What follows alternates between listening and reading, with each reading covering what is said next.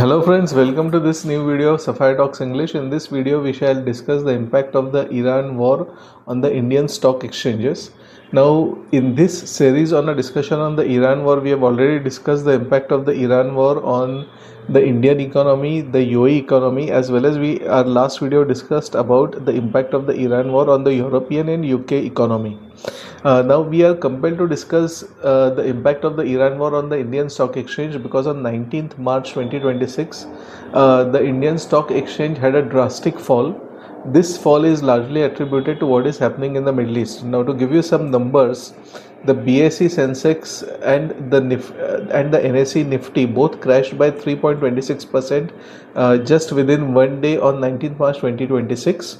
To put this into further perspective, the stock exchange lost about 11.5 to 12 lakh crore rupees on a single day. Now, all this loss is mainly attributed to the Iran war. There was a lot of panic selling by foreign institutional investors. The reason for this panic selling is that as on 19th March 2026 and a few days before that, crude oil had actually touched $112 per barrel. To add to this, most of the central banks, which primarily includes the US Federal Reserve, the UK Central Bank, as well as the European Central Bank, had all declared that they would not be reducing their interest rates. Now, this is all but natural for the simple reason that once oil prices start increasing, all the central banks naturally expect the inflation also to increase massively. Now, to tackle this inflation and to ensure that inflation does not get out of hand, it is a natural reaction of most central banks to ensure that they don't decrease the interest rate so as to control the inflation. All of us are aware that once the interest rates are decreased, that much more money is available in the hands of investors, consumers, businesses, etc. All this is good from the perspective of growth. That is, having more cash with lower interest rate is good from the perspective of growth. But when we are in an inflationary situation, having excess cash sloshing about in the economy, in fact, further increases the inflation. All of us are aware that all central banks have just one main core target, and that target is to control the inflation. So all central banks are always tempted to ensure that inflation remains stable, although the country may lose a few growth percentage points. So in this line of thought, these three major central banks had declared that they would not be decreasing the interest rates a few days before 19th March.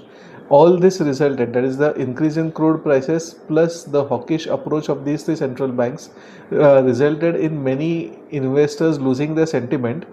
Most investors now began to feel that definitely we are staring at a stagflation kind of a situation where oil prices may keep growing up and central banks may keep on holding the interest rates if not increasing, which would result in slowing economies combined with increasing costs. That is, slowing economies combined with inflation, that is stagflation. So as to keep their money more secured, most investors started selling their holdings in financial assets like shares, stocks, etc., and moving that money to safe haven investments like US treasuries and gold.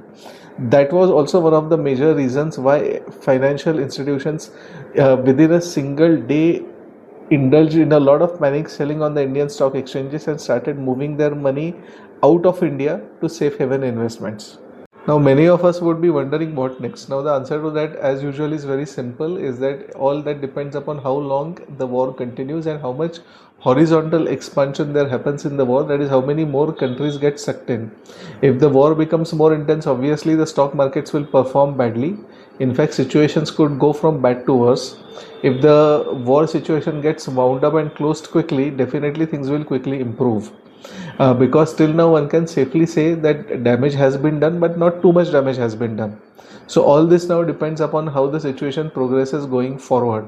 My humble suggestion to all of us would be to ensure that we don't spend money unnecessarily, create a buffer for tough times, wait and watch for government directives, government behavior, and wait and watch and see how this war progresses.